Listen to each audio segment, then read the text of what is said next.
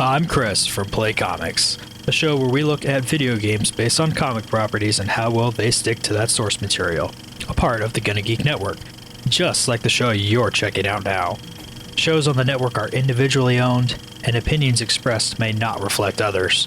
Find other astonishingly geeky shows at GonnaGeekNetwork.com. Capes on the Couch podcast is for entertainment purposes only. Dr. Issues is a psychiatrist, but he is not your psychiatrist and does not have knowledge of your individual situation. For any personal mental health concerns, please consult your own healthcare providers. For medical emergencies, please call 911 or the designated number in your area immediately. Remember that you are not alone and help is out there.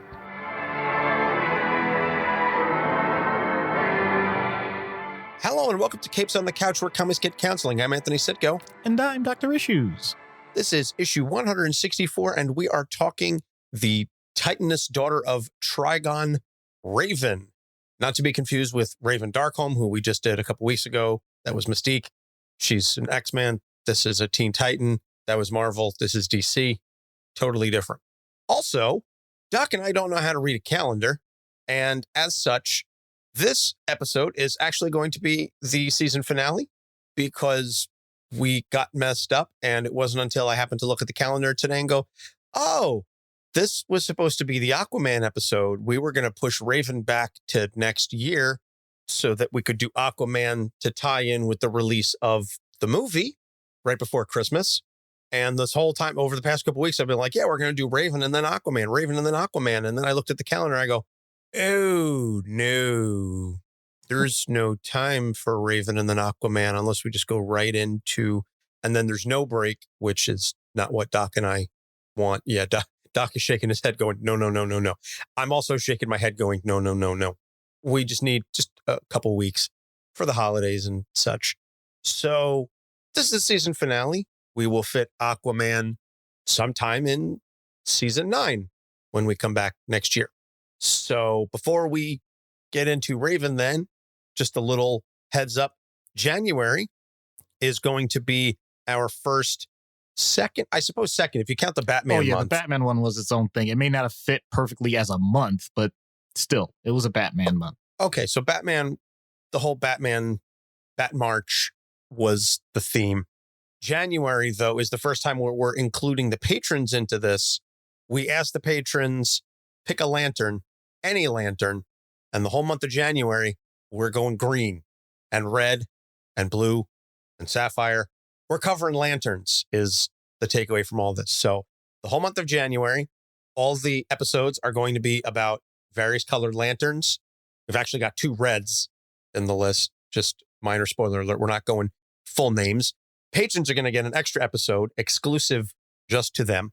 And patrons are also going to join us for a live watch party of the Ryan Reynolds movie on HBO Max, which may be it have a different name by then, may exist, may not exist. There may not be anything on the platform left. Who knows? Kind of seems like WB and Discovery and DC are really just making it up as they go along these days.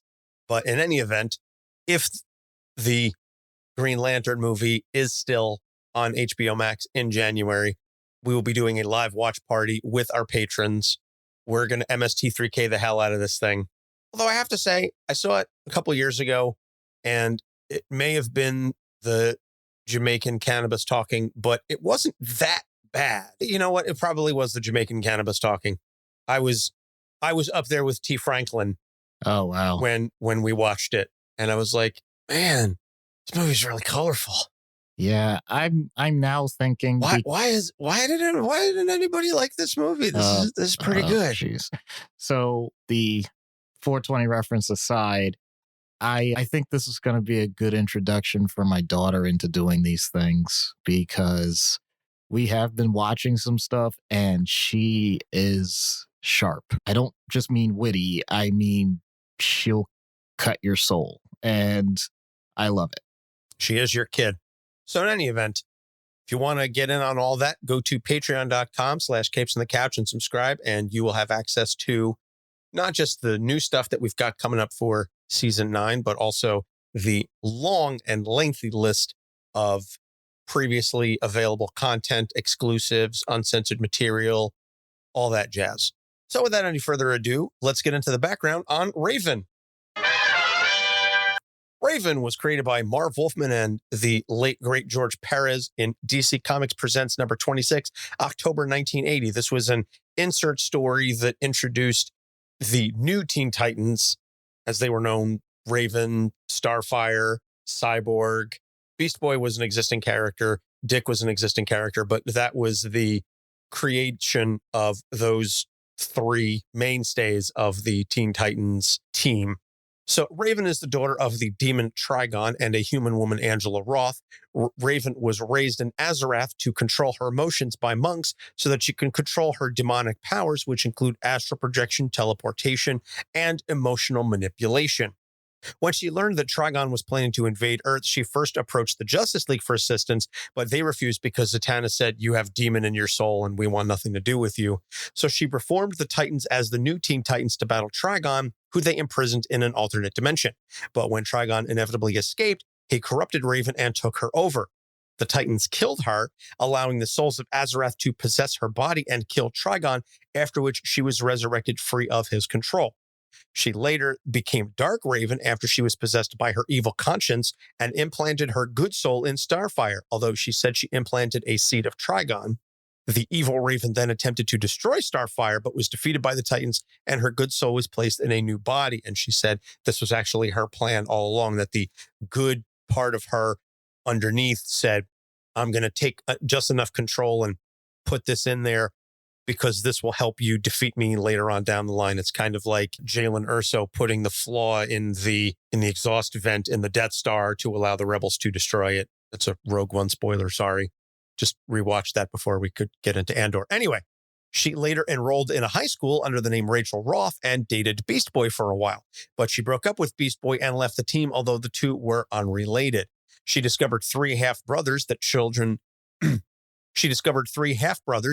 Trigon had with other mothers, and they tried to use her to access their father's realm. Raven used her powers to make her brothers so greedy that they stole Trigon's power. In the New 52, her origin is practically similar, but initially she was operating as a double agent for Trigon under his control.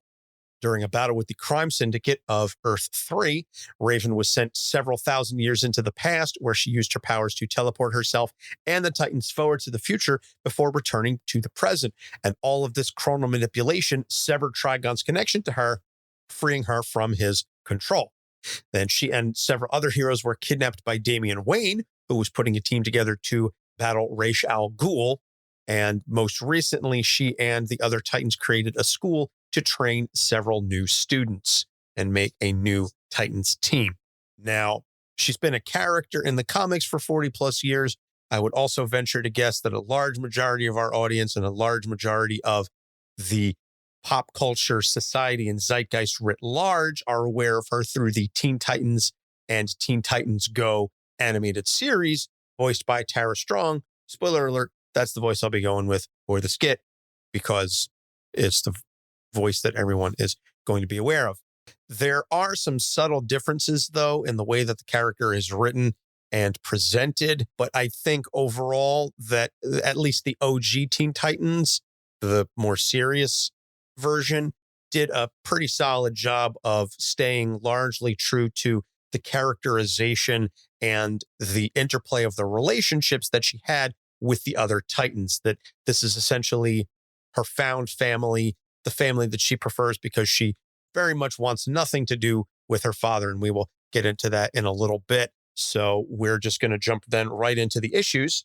The theme for Raven is the fact that her heart is not her own. Now, this was an episode that was selected by our present level patron, Ariel. No surprise there. She's been on her Teen Titans kick for a while. And I'm pretty sure Raven is the last real large scale primary member of the team that Ariel hasn't picked yet. So she said she wants to talk about the emotional repression that she underwent as a result of her training, but also noted that in later runs, the emotional repression was no longer there.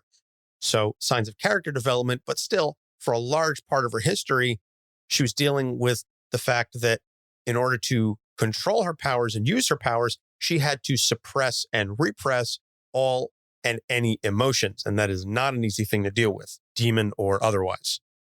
Well put. So this gives an opportunity for a little bit of a vocabulary lesson, and it is important. So you use two terms there, and they're not exactly the same. You mentioned repression and suppression. They both refer to the idea that whatever it is that's under the surface, you have covered by many different layers so that it doesn't show. Then what's the difference between the two words? Aren't they synonyms? For psychology, no, they're not. It's intention. Suppression means that you are intentionally pushing things down. Repression means that it's become automatic. So you can have something that you have previously been doing intentionally to push away emotion, and it turns into such a common thing that you don't have to think about it anymore. So you can get suppression turning into repression. Or you simply could have had so many traumatic experiences in your life that was the only defense mechanism that developed, or one of several defense mechanisms that can develop. And it's so prominent that it didn't matter whether you were trying or not. It just survived this long because you survived this long with that defense mechanism. There is no one set rule as to how this happens. It's made clear with Raven's background that it happens intentionally, and it's because the stakes are high. You could think of anybody that deals with intense emotional situations all of the time where your reactions to something are just as important as the situation itself or the actions of the other people around you. So when everyone else is acting chaotically because they don't know what to do, either they're panicking or they're angry or they're crying and don't know what to do, paralysis by analysis, whatever it is, you're the steady hand. You're the one that remains calm no matter what. That's the positive. The negative side is, let's say whatever the troubling situation is resolved, whether it was your intention or not, whether it was your role or not. And now everybody is showing relief, exhilaration, excitement, just outright joy, happiness, laughter, humor, whatever. It's not exactly an on-off switch. It takes so much energy and effort, especially if you're using suppression to push things down, that it doesn't just automatically come back up quickly for many people. And so, or same thing with repression. It doesn't automatically come up, mainly because you've learned you have to keep that for as long as you can. So it may not necessarily be that the person doesn't want to show other emotions, be they what we would consider positive emotions. It may be that they're out of practice, or they may fear what might happen if they, quote unquote, lose control. Because there is another part to this. Let's not imply that a person has never had these other emotions. They definitely have experienced them, but they've learned to mask them from society for one reason or another. And it isn't always the best thing to show it in an inopportune time, even if everybody else would consider it to be an inopportune time. And the person may be aware that they're doing it if enough people point it out to them. And from the outside looking in, we may think, just do it. Just smile. Just laugh. Just do it. And the person simply says, okay, and it doesn't come. That's not their fault. They're not mocking you. They're not saying that they don't understand.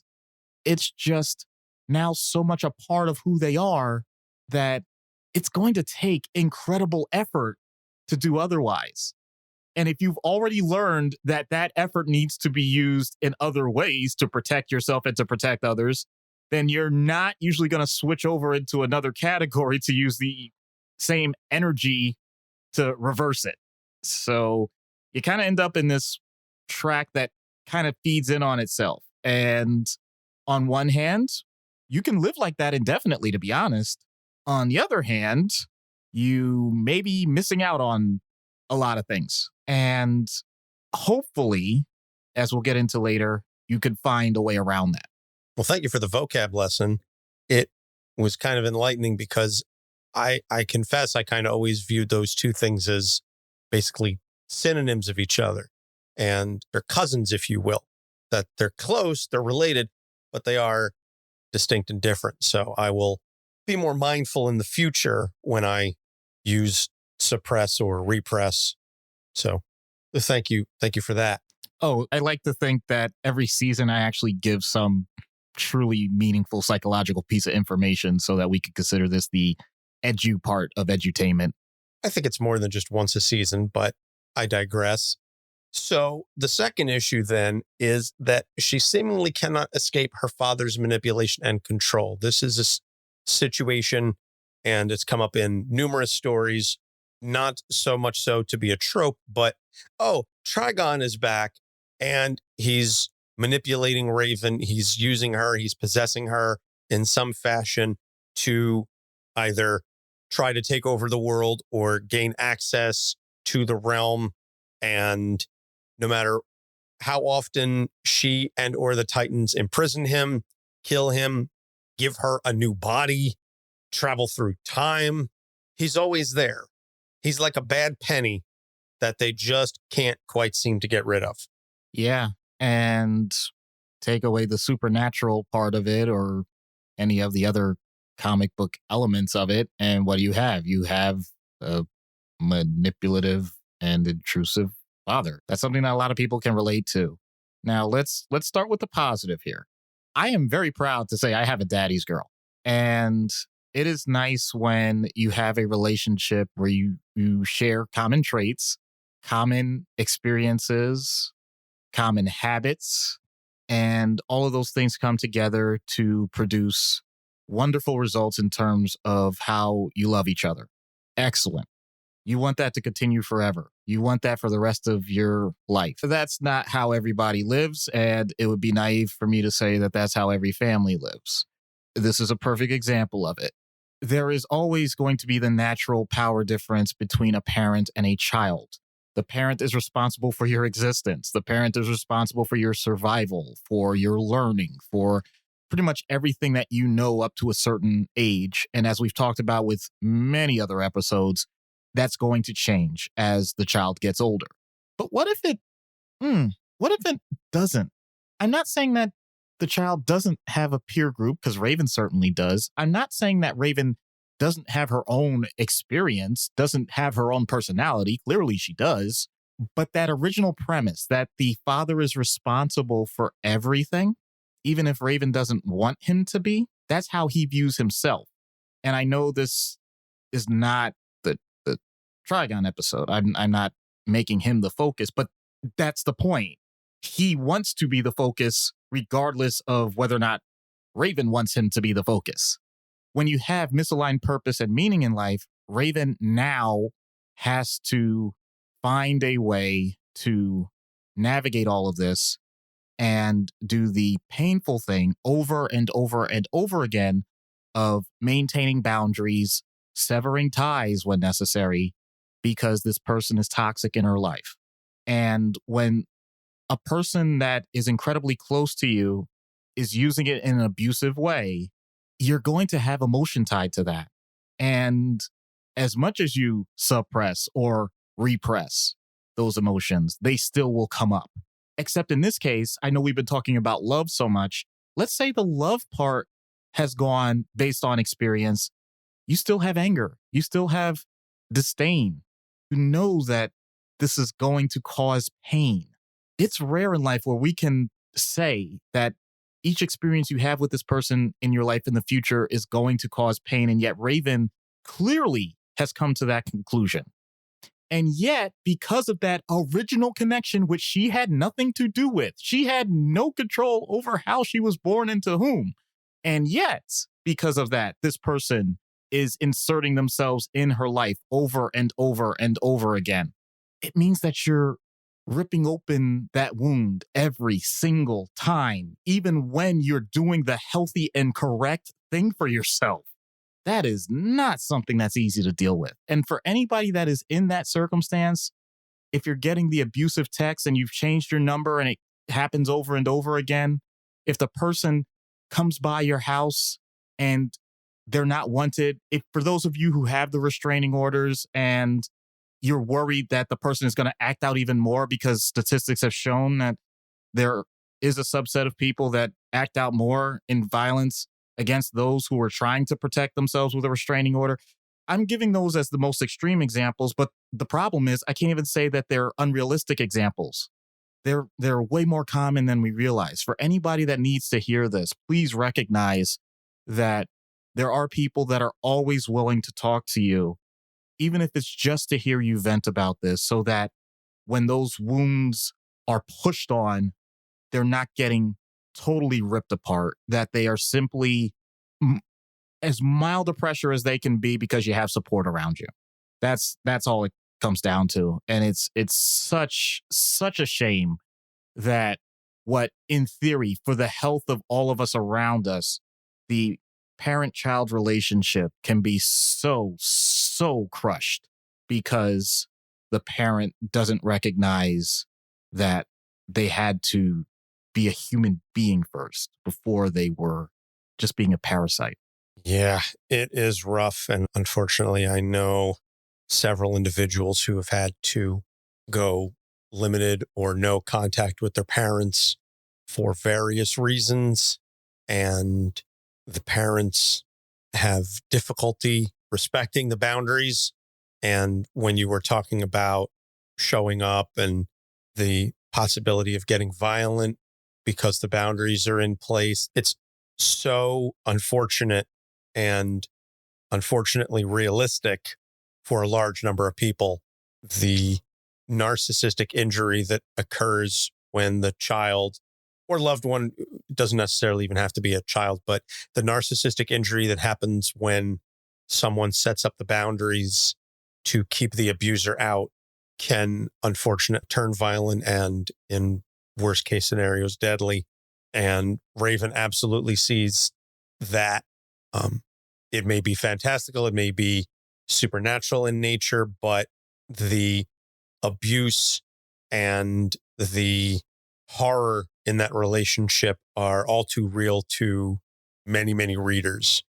And I think that's one of the reasons why she's resonated with readers as long as she has, is because there's a not so small subsection of comic book readers who can empathize with Raven in that situation where she just wants to be free of the abusive parent. And no matter how hard she tries, no matter what she does, he's still there and he's lingering. He's like a splinter that just will not go away.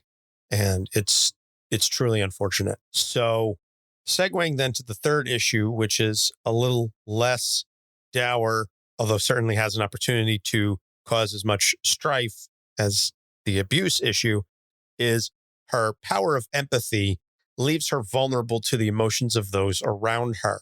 It's not just that she can control the emotions of others, it's that in turn, she feels those emotions so strongly that they actually have an effect on her. And so if she is around someone that is feeling great joy, she will experience great joy. If she's around someone that is feeling tremendous sadness, she will feel terribly sad. If she is in the vicinity of someone who is filled with rage and anger, she will also get very angry. That strips away a lot of her own emotional agency and really puts her in a tough spot, which is where some of that emotional repression comes in. That was why she was taught that by the Azarathian monks, to say, just keep everything down and then you don't have to worry. That's obviously not healthy, but it's not healthy either to feel everything that happens around you. Yeah, and this was definitely the development of the character in the later years, which was great to see because I definitely see all of these issues in my work environment with many patients. This last one is problematic because these people are thermometers. They're emotional thermometers of the room. And for anybody that's not familiar with our show, that's just jumping in, welcome. I work on an inpatient psychiatric unit, which means I'm dealing with people usually at one of the most difficult points in their lives. They're in crisis, which means they may have some severe emotional reactions to things. Now, take a person that is highly emotional reactive and place them with other people that are expressing intense emotion, even if they're not as reactive? Well, depending on how many people are severely depressed and suicidal, depending on how many people are manic, irritable, or exuberant and elated to the point that they're grandiose. And even without a diagnosis, these people may show signs of those things when they're not even aware of it. It makes it incredibly difficult to get a read on how I'm supposed to help them, how I'm supposed to provide the appropriate management and treatment so that they can feel better for whatever their underlying issue is. And that's the other thing. They end up switching from thinking about their own condition to often wanting to assist with the other person in what they're going through. They're trying to focus on everybody else and they don't focus on themselves. Now, on the positive, that means that that person may be doing a lot of good for themselves, because we know that some level of altruism can be a wonderful defense mechanism. The thing, though, that I definitely keep awareness of for myself as a healthcare provider, and I know many patients, we have to remind them of this, is, as Anthony has said to me many times when I've confided to him, you can't fill from an empty cup. So doing everything and putting everyone first and not doing enough for yourself can be so stressful and so draining that you end up putting yourself into a severe depression or producing severe anxiety because you've neglected things that you knew that you were supposed to be doing in the first place and just forgot about, or whatever the combination of, situations are and reactions are. I'm not saying that there's one right way to handle that. And I'm not saying that you should ignore the people around you. Please don't take that as the message. The message is, as much as you are placing importance in what others are feeling, make sure that you're placing that same emphasis on yourself. Because the better you know yourself and what you are experiencing, the better you can relate to other people with, let's use that word again, healthy boundaries, so that you don't drain yourself helping them, so that you can actually do things for a more prolonged period of time without feeling like you're exhausted. And for those people around you to recognize that you're going to help in a way that's healthy, and afterwards not feel guilty about the fact that you helped so much that they see you're drained. You have that effect and you don't even realize it. So for all the good you were doing, you were actually still potentially influencing a person negatively and not recognizing it. So this can all feed in on itself. It's this huge emotional Ouroboros. And yes, the easy escape valve is either repression or suppression, but just because it's easy doesn't make it healthy. So finding this system that you have to use for your emotions and recognizing what it is, what the ratio is that works for you, and knowing when it's not quite where you would want it to be. Regulating all of this, despite having severe events in your life that are going to happen, even if we're not talking about the things that Raven has gone through, this is something that no one knows how to do perfectly. I'm not claiming to know how to do it perfectly, but you can do it better than you're doing now. And while some people may say that that is an insult or something that's considered a flaw, I think it's the opposite. I think it's a challenge. I think it's rewarding. And I think it's the exact type of inspiration that allows us to be more emotionally mature as we go through life. Absolutely.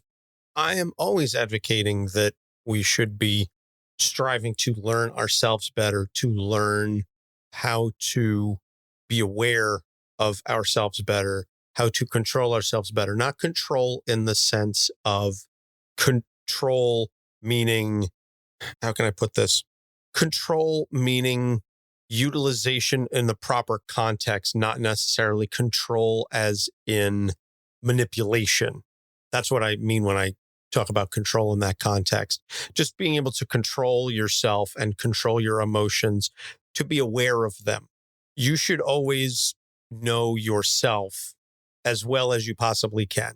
And that is an ongoing process, because The world around you is always changing. So therefore, your response to those external stimuli is going to change. And then you have to say, what does my response to this stuff say about me? And I say this all the time, that you can't control anything in this life but your reactions and your responses. And so that's what Raven goes through when she deals with all of the emotional input that she's receiving. It's about learning how to respond and not react, because similar to the idea of suppression and repression being similar but distinct, responding and reacting are similar but distinct. And I would argue having a response to a stimulus is a healthier way of coping with things than a reaction, because a reaction to an external stimulus, emotional or otherwise, tends to be instinctive. It tends to be gut level. It tends to be near instantaneous and is not always necessarily the best long-term solution. A response, to me, and I think that most people would understand where I'm coming from when I say this, a response as opposed to a reaction means you take a beat, you think about it. I'm not saying you have to dwell on it for an extended period of time. Just take a second and say, if I do this versus this, how's this going to go? What's best for me and the situation?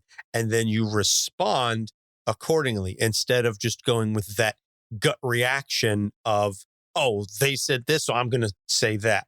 I mean, sometimes you have to react. Sometimes you literally don't have the time to respond. But by and large, I would argue the overwhelming majority of situations that we encounter allow for at least a moment or two to say, let me think about this.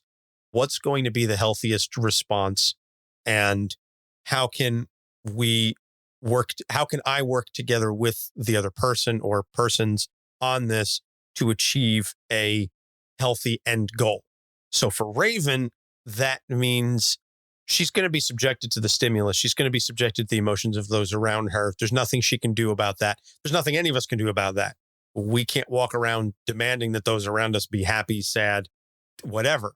But you can take that second and say, I understand you're angry and you have the right to be angry, but I'm not going to let your anger dictate my emotions. I'm not going to let your bad mood ruin my day. I'm not going to give you that control over me, because when it comes down to it, that's what it is. You're letting the other person dictate control over your emotional response, and that strips you of your own agency. And it's not fair to you. And it's certainly not fair to them, because they're clearly dysregulated most times and they can barely manage their own emotions. Now, in essence, you're asking them to also control your emotions or have input on your emotions. And that's not fair to the other person. So in the long run, for you and the other person, it's healthier if you take that beat and say, how can we get through this? How can I best serve me and then you by doing what's right? And, that's something I've been working on as a parent, is my kid's upset, not always just immediately knee-jerk reacting to it, but saying, okay, I understand you're sad. I understand you're upset about something. I'm not going to allow your frustration to escalate me, because a dysregulated adult can never get a dysregulated child to de-escalate. It's just not going to happen. The kid doesn't have the emotional maturity to de-escalate on their own. But now if I turn around and amp things up and yell, and if you don't stop crying, I'll give you something to cry about, or that kind of talk, doesn't serve anybody any purpose. So whether you're a parent or whether you're a grown person speaking to another grown person, don't let someone else's dysregulation impact you. Control your own emotions, be aware of your own emotions. And to follow up on that, if that triggers you, if their dysregulation triggers you, find out why. Do the work. Maybe not in that moment, because it's not always the time and place for it. But later, when you've removed yourself from that situation, go, that person's bad mood really set me off. what is it about that situation that impacted me? Because it clearly triggered something internally that led to that gut reaction. And again, it's not always easy, but you got to do the hard internal work to find that out. And that awareness is going to lead to a happier and healthier version of you overall in the long run. It was a long-winded ramble. No, that was amazing. I've been doing the hard work internally. I've been trying, at least.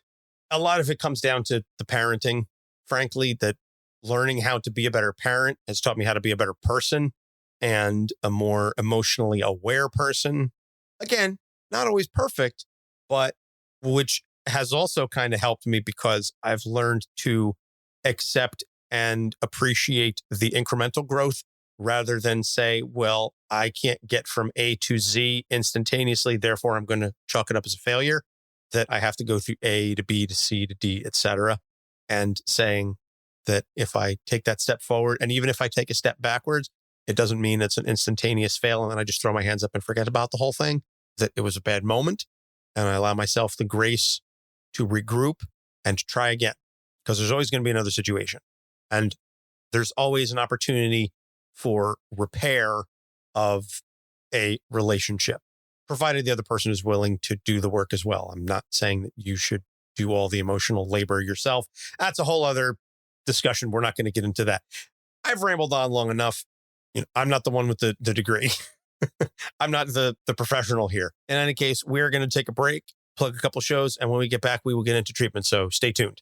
Have you ever wondered what scotch will make your palate feel like it's just gone on a majestic journey through the Highlands? If LeBron will ever win another ring? Or if the Leafs will ever win another Stanley Cup? Mike, if they tune in to Scotch and Sports, they're going to find all that out and more. They're going to find out what's souring our scotch, what our next scotch on the shelf is, and our On the Rocks segment, where we debate two topics. You just met Mike. I'm Gertie. We got suds coming up. And we may be drinking scotch, but our biased opinions don't change no matter how much we've had. And we have quite a bit. We'll even answer viewer questions, so send them in. And if you don't like the answer, well, we'll just have to have another scotch and we can still all be friends. We even talk a little, or a lot, of pop culture. Where else can you find hot takes on WandaVision, NFL analysis, and the fact that the Leafs will in fact win the Stanley Cup this year? Answer, Scotch and Sports. Do you love movies and psychology? Do you want to know what it would be like if Batman was in your therapy office?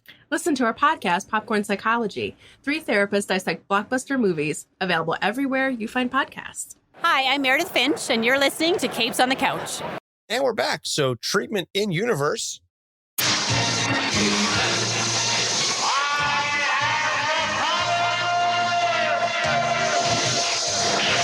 How are we helping Raven today?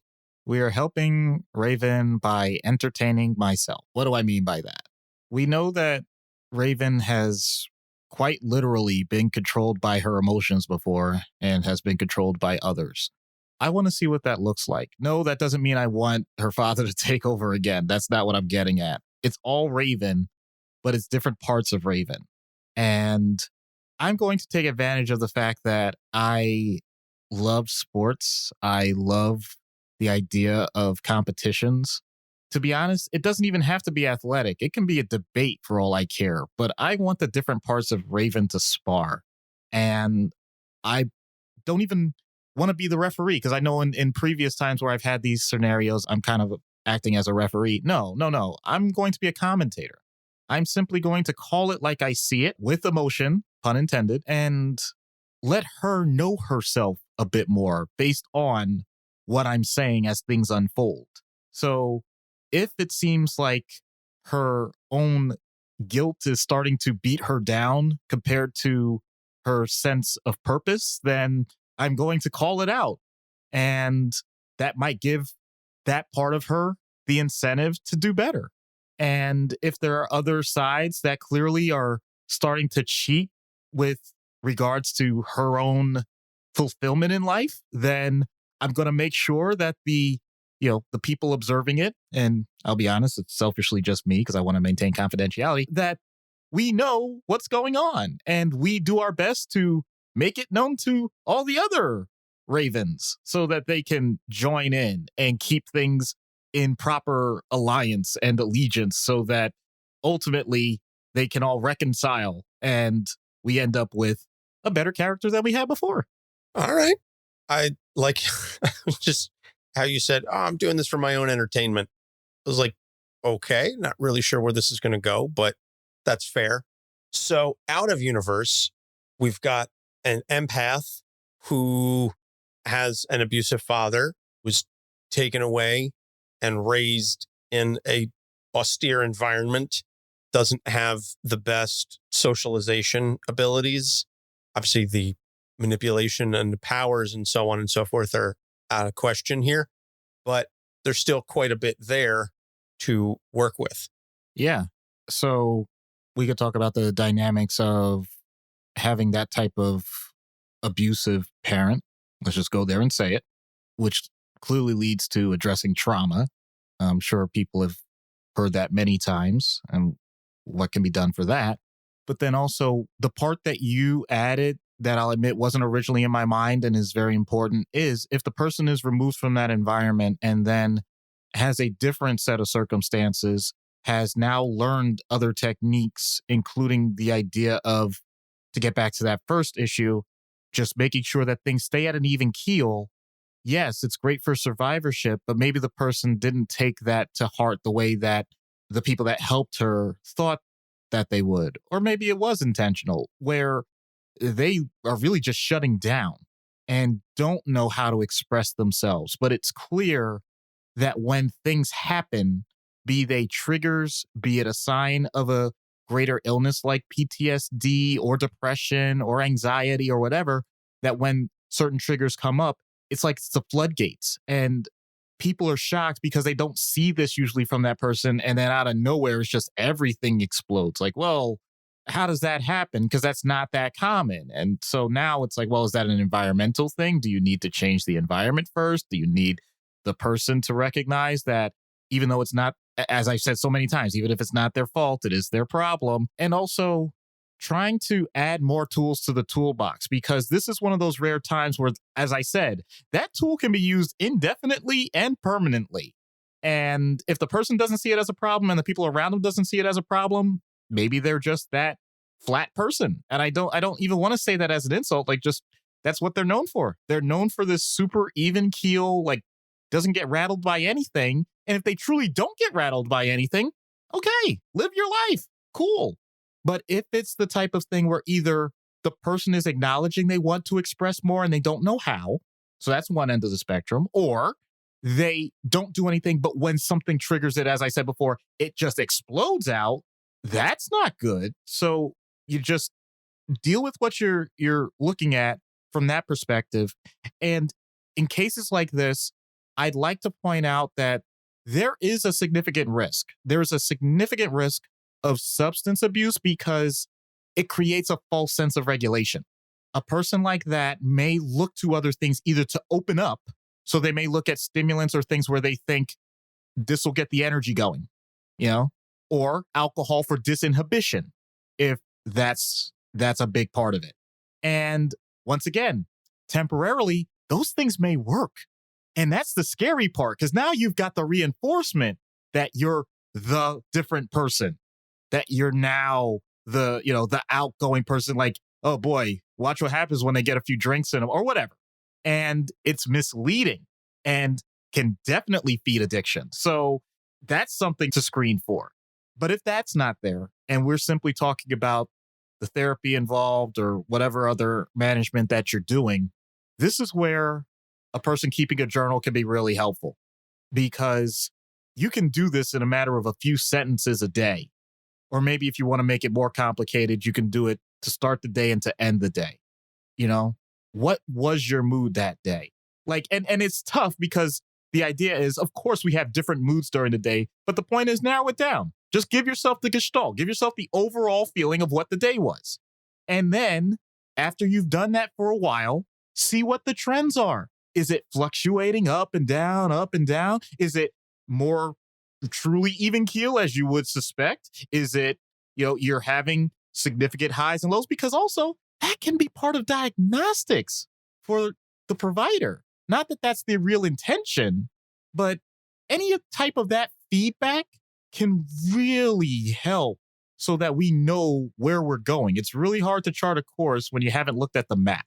So mapping all of this out for the person, allowing them to experience what they experience, avoiding artificial ways to manipulate the situation, knowing what the triggers are, identifying safe mechanisms that you can use other than pure repression or suppression, and continuing to just iterate on that as you go along.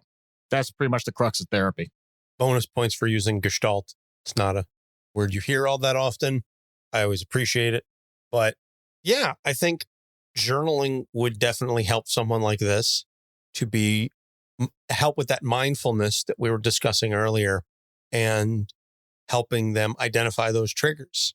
And I also was nodding along when you were discussing about the potential for substance abuse, because you're right, they do work in the short term. And that's the danger of those substances, whether it's the stimulants or the depressants, whether it's drugs and things of that nature, or whether it's even just alcohol, they do work. And unfortunately, that's why you end up with folks that get addicted to them, whether it's, stimulants or alcohol or what have you, because then they don't know how to cope otherwise.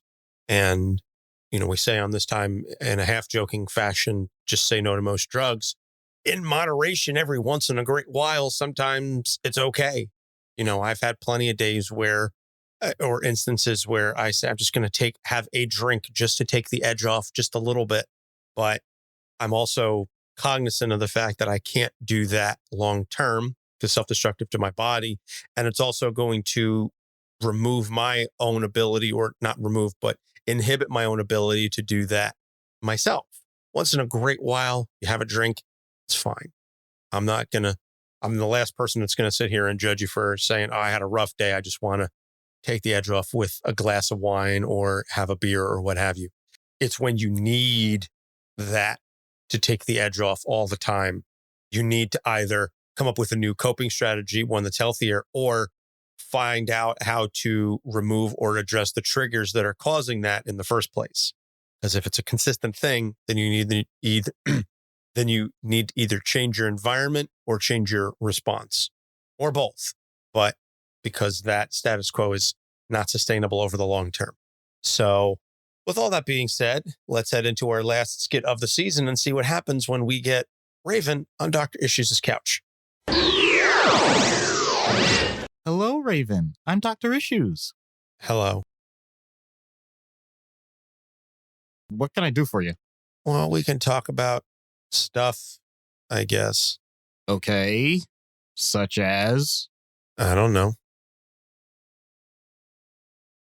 Feel free to talk about whatever you want. I'm not used to digging this hard to start a conversation when the person booked the first session themselves. I got a recommendation. I'm flattered. Is there something holding you back? I was trying to avoid using this. Azarath, Metreon, Zinthos. That's better. You should be easier to talk to now. What did you do? I had to find a way to let a part of myself out, but I needed a willing vessel. You work just fine. I'm a good listener, not an empty vessel. I didn't say empty, just willing. You're an empath. I can tell. Then what is it that I'm supposed to carry as a vessel? Oh, I don't know. The weight of soul-crushing guilt that you can never do anything to make your problems go away, or stop those that created you from ruining your life, or trying to find someone that takes you seriously for more than a fling, or even when I throw it away, I can still feel it eating at me. Oh, I can tell. Ow! What the hell? What bit me? I wasn't using metaphors. You put your emotions into me? They physically, I don't know how to describe this. I wouldn't try to put words to it. They hate that. It's too close to an amateur trying to learn a new spell on the fly. Then why do this at all? Respite, mostly. I have a very tough burden. 99.9% of the time, I keep myself reined in. But that 0.1%, when that gets out, lets loose, let's just say no one has ever liked the consequences. Well, I'm certainly not liking them myself. What do you do to mature them? There is no maturation process. You just have to neutralize them. And that's what you've been doing your whole life. Yes. Well, when I'm in control, that's what I do. What specifically happens when you're not in control? I can't answer that. Can't or won't? Can't, because my memories become warped, and it's usually due to someone else taking control. One time it's part of myself, another time it's someone else. All I know is when it gets to that point, pain and suffering follows. Then I have to do damage control, and all I want to do is be left alone. Does that make sense at all? I have to say yes, mainly because I think you make sense, and then now I feel like you make sense. Oh, God. Spoke too soon. Something you said, or I said, you don't like. Well, that's not good. When you reach a certain threshold, the part of myself I gave to you should automatically come back to me. Alderon and Lenthranal.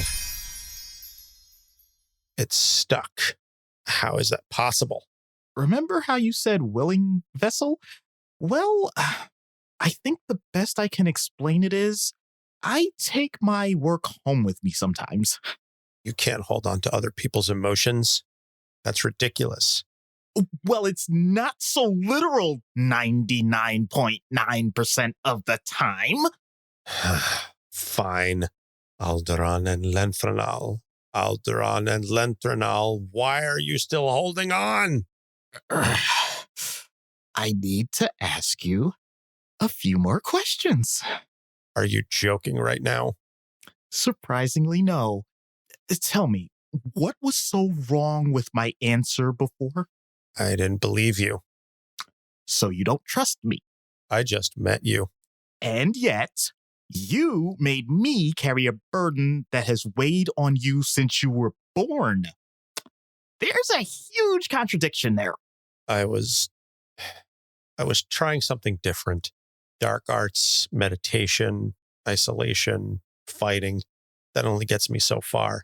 I can't lean on teammates without some serious backlash. Even the ones I loved, still love.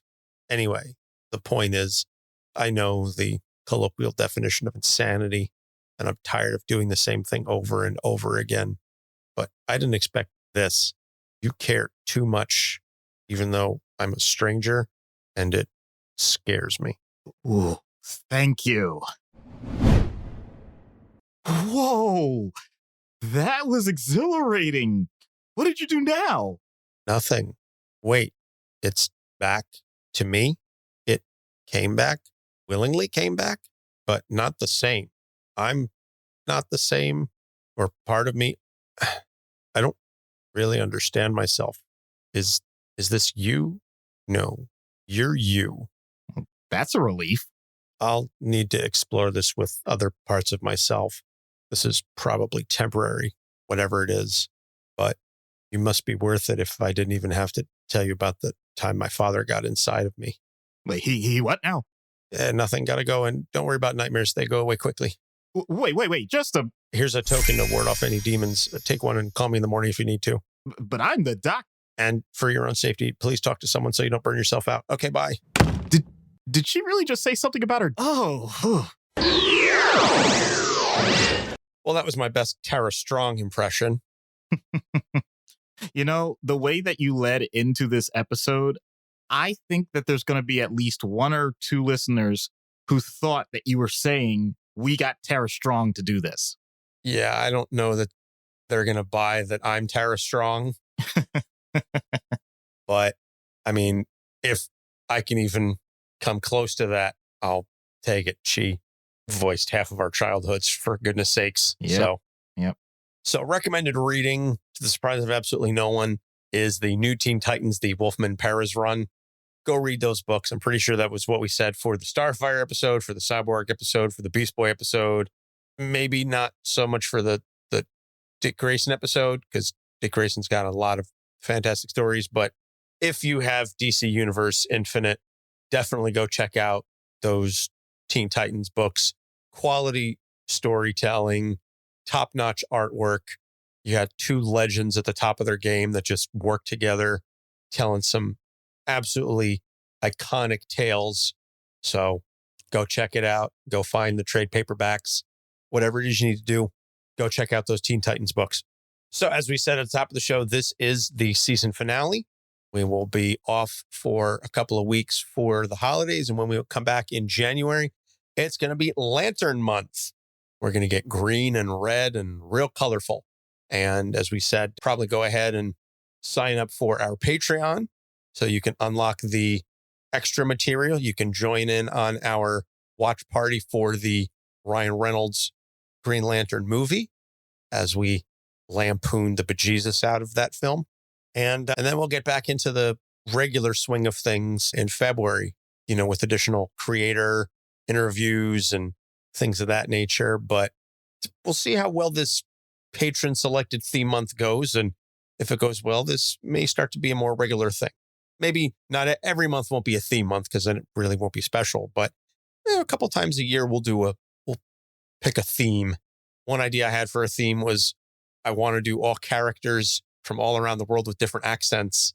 So just have our patrons select characters that are not American and say, hey, let's see what Anthony sounds like doing South African or, something from, I don't know, Scandinavia, what have you, just different accents. So I don't know. We'll see. It was just an idea that I had popped into my head. I've got a bit of a cold, which helped with the Tara Strong impression. And the cold meds are starting to kick in. So we're going to wrap this up before I get completely loopy. So you can find us on social media, Facebook, Instagram, Twitter, and TikTok at Capes on the Couch. Email us, capesonthecouch@gmail.com. And all of our episodes are on our website, capesonthecouch.com. We're also a proud member of the Gonna Geek Network. And so you can find all of our episodes as well as all of our network shows on GonnaGeekNetwork.com. So check that out. Doc and I have some guest appearances on Play Comics that should be coming out relatively soon. Our friend Chris. And then you can go check out Legends of S.H.I.E.L.D. I had some recurring guest spots there, and I'm sure we'll get some more stuff coming around in the new year. So since this is the last episode before the holiday, Doc and I just want to wish you all a very happy, healthy holiday season, regardless of what holiday you choose to celebrate.